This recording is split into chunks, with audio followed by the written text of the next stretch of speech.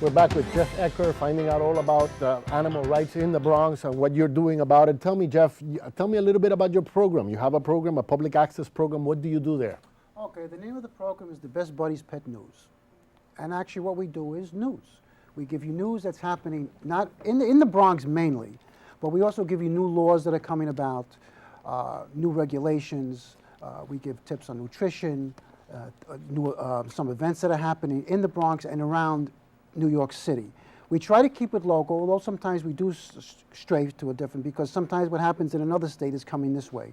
Like the order of protection, I was in Maine for the animals. We talked about that, and finally it came to New York. So we do talk about certain things that we know already that it takes a little time, but it's coming this way.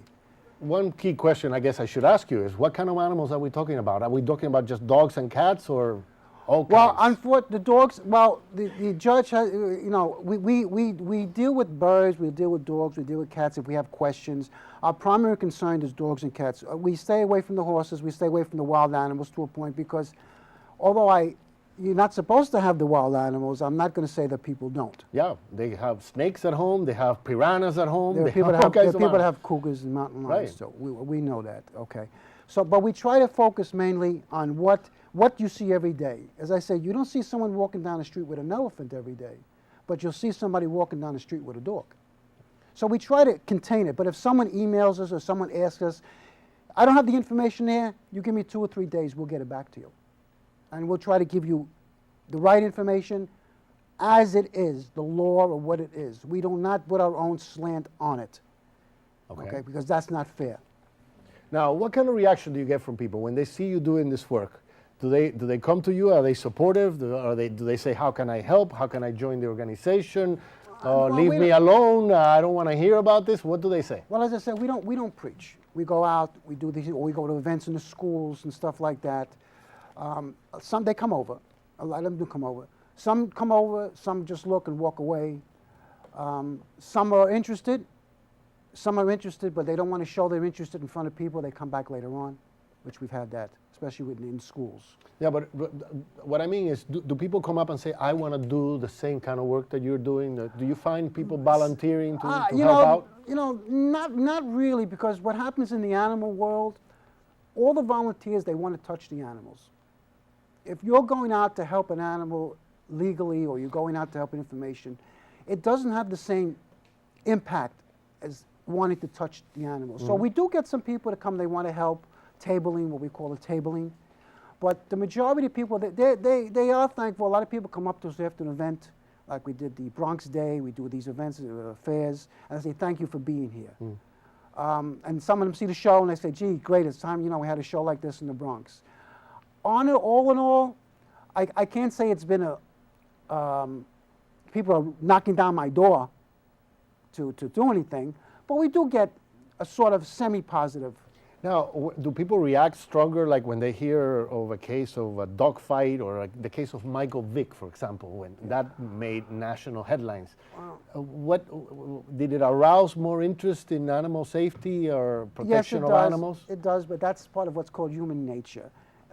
It's still in force. It's sort of died down a little bit, and you get people that still come up. And I had an incident in the school where one of the students' grandfather was involved not only in dog fighting but in cockfighting down in Florida. Mm-hmm. And he went there, and he came back to the table later. He says, "I've been to them, but I don't like it. But I can't say anything to them because they're my family." So it has an effect. It has an effect. But when people tell me that dog fighting is just nothing. Show me some pictures, because I know you brought some pictures. Yeah, I brought some pictures. Now, this is a case. If you hold that up for the camera, let me hold that up for you and see if they can see this while you're describing it, please. Okay. Now, this is a case that happened down south.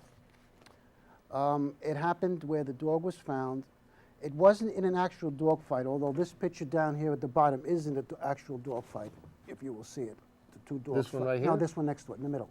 Okay. Okay. The dog up above was found, Gypsy. Okay, and these are dog fight. This is a dog's face. That's right. Or what's left of it. What was left of it. This is a dog's fight. This was a dog fighting case. There was no doubt about it. Well, through many surgeries, through many this and many that, the dog lost an arm, a leg, excuse me, face was, to a point, was fixed. You could see the scarring on it. And in that, where your finger is there with the pen, is the dog, Which I guess should go this way. is the dog today. Oh, this is the dog right here. Yeah. Okay, can we The see dog- that? There you go. This is the dog now. So he's recovered. The dog has recovered. Of course, it's still on the medication, still has to keep going back. It's with a home. I cannot tell you where the home is.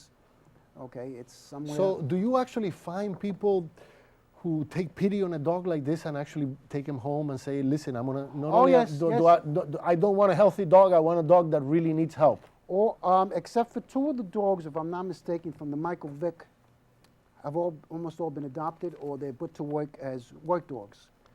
Okay, they've been evaluated, and they've been, except for two dogs. One was sick and one was too aggressive. It just could not be adopted out. It was impossible to do it.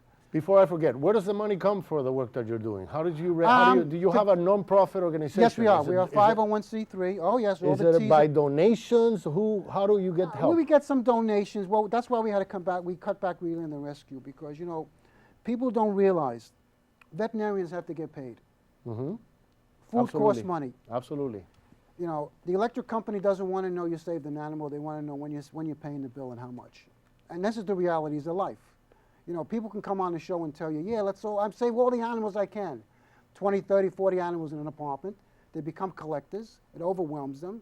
And then the organizations have to go in and take them out. We're not going to take it that way. So we cut back a lot on the rescue. That's why the education. As far as the money, we do get some donations. We do have a store on our website, and we do have a store on eBay. I do print shirts as far as that, the breeds as far as that. We are always looking for something. If it isn't money, it could be you know, materials, food. It could be paper for copies, you know, things like that. Before I forget, then where's the website? What's the website? The website is www.aneh.org. ANEH.org. And that ANEH follows Project Woope Humane Society, and it means animals need educated humans. Animals need educated humans. Humans. I love it. Is there a phone where people can reach you? Yes, it's 718-562-3121. But please, if you see an animal in the street, please call 311. Please do not call for rescue because we're very limited what we can do. If you call, I'm only going to call you back and I'm going to tell you where to go. There are, you know, as far as that, it's just the way it is. We're in the Bronx. It's just the places that we are. We're not the other boroughs, especially Manhattan. We're not set up like that. And hopefully one day we will be, because two of the things we wanted to do was set up an overnight emergency. There's no hospital in the Bronx at night if your animal gets sick, like a MASH unit. And we wanted to create a museum and education center for animals. Jeff, it's been a pleasure having you on the program. We wish you good luck. And if we can help in the future, you have us here. Thank you very much, Miguel. And I want to thank Giselle Rodriguez, and I want to thank BronxNet for having me. Anytime. Thank you. Good work. We'll be right